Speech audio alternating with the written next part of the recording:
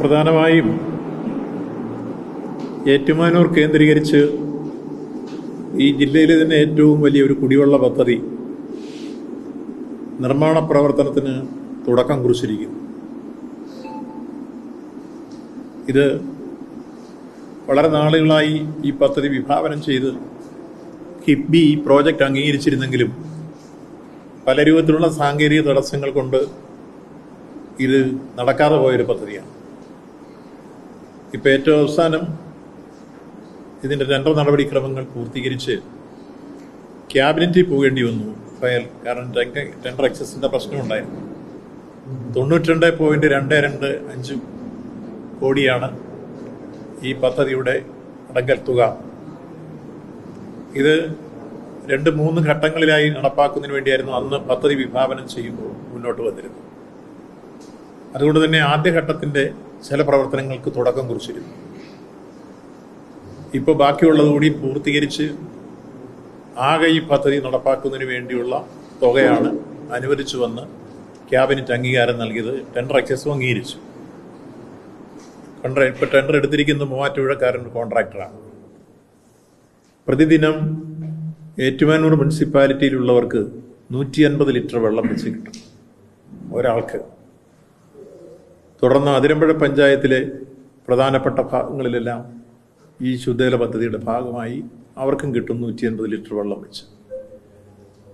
കടുത്തുരുത്തി മണ്ഡലത്തിലെ 2 പ്രദേശത്തു കൂടി ഈ പദ്ധതിയിൽ നമ്മൾ വെള്ളം കൊടുക്കാൻ തീരുമാനിച്ചിട്ടുണ്ട്.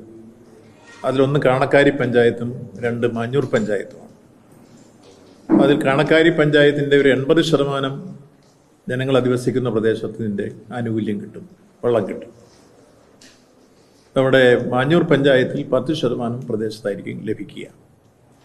ഏറ്റുമാനൂർ മണ്ഡലത്തിലെ മറ്റു പഞ്ചായത്തുകൾ കുമരകം, തിരുവാർപ്പ്, അയ്മനം, ആർപ്പൂക്കര, അതിരമ്പുഴയുടെ ബാക്കി ഭാഗം നീണ്ടൂര് നേരത്തെ തന്നെ നമ്മൾ ആവിഷ്കരിച്ച പദ്ധതി. അതിൽ കുമരകം തിരുവാർപ്പിന് മുമ്പ് ഞാൻ കോട്ടയം MLA ആയിരിക്കുന്ന ഘട്ടത്തിൽ തന്നെ കൊണ്ടുവന്നൊരു കുടിവെള്ള പദ്ധതിയുണ്ട്. അത് പ്രായോഗികമായിരുന്നു, നടപ്പാക്കി കഴിഞ്ഞു.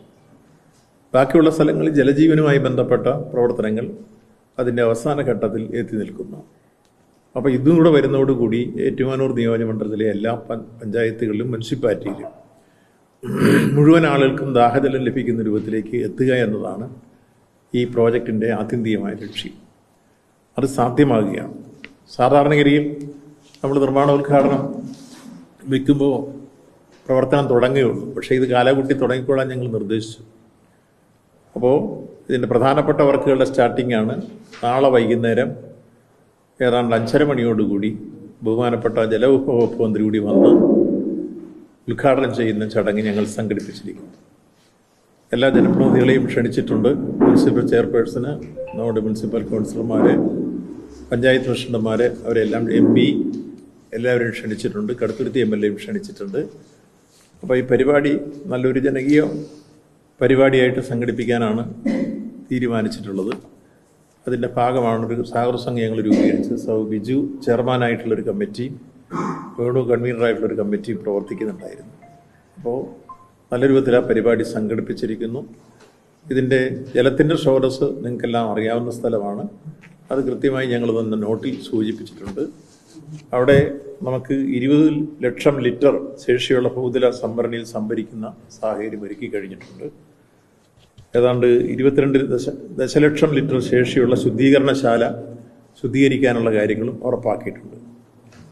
അപ്പോൾ പൂവത്തുംമൂട്ടിൽ സ്ഥാപിച്ചിരിക്കുന്ന കിണറിൽ ശേഖരിക്കുന്ന വെള്ളത്തിൽ നിന്നാണ് ഈ വെള്ളം വരുന്നത്. വെള്ളത്തിൻ്റെ സോഴ്സ് അത് നമ്മുടെ ഏറ്റുമാനൂർ നിയോജകമണ്ഡലത്തെ സംബന്ധിച്ചോളം സമീപ പ്രദേശങ്ങൾക്കും ഏറെ സഹായകരമായി മാറുന്നു എന്നുള്ളതാണ് ഈ പദ്ധതിയുടെ ആത്യന്തിക ലക്ഷ്യം.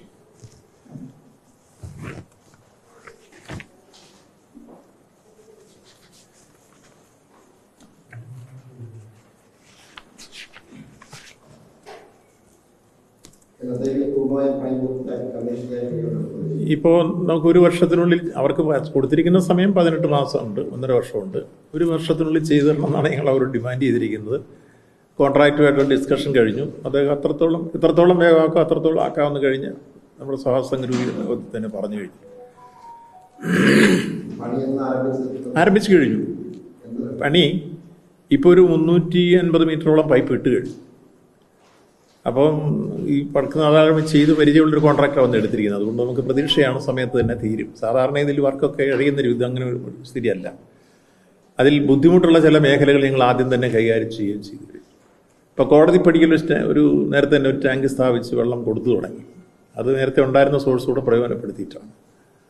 അപ്പോൾ ബാക്കിയുള്ളതെല്ലാം വളരെ സമയബന്ധിതമായി തീർക്കാൻ കഴിയുന്ന ശേഷിയുള്ളൊരു കോൺട്രാക്റ്റാണ് വർക്ക് എടുത്തിട്ടുള്ളത്. ഡിപ്പാർട്ട്മെൻറ്റ് നല്ല നിലയിൽ സഹകരിച്ച് മുന്നോട്ട് വരുന്നുണ്ട്. അതുകൊണ്ട് നമുക്ക് 18 മാസം എന്നുള്ളത് 12 മാസം കൊണ്ട് തീർക്കത്തക്ക രൂപത്തിലാണ് ഇപ്പോൾ നമ്മൾ പറയുന്ന കാര്യങ്ങൾ ആലോചിച്ചിട്ടുള്ളത്. നടപ്പാക്കി തരുമെന്ന് പ്രതീക്ഷിക്കുന്നു. അതിൻ്റെ ചെറിയ നോട്ട് നിങ്ങൾക്ക് തന്നിട്ടുണ്ട്. അങ്ങനെയാണ് ഇതിൻ്റെ ഉള്ളടക്കം. 93.225 അപ്പോൾ 93.5 കോടി രൂപയുടെ റെക്കറേറ്റായിരിക്കും.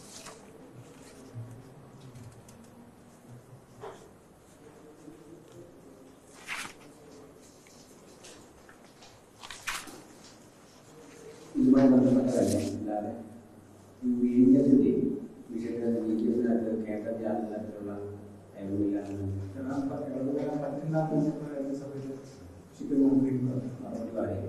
ഇല്ല, കേന്ദ്ര ധനമന്ത്രാലയം എംപവേർഡ് കമ്മിറ്റി ശുപാർശ ചെയ്താണ് വിഴിഞ്ഞം BGF.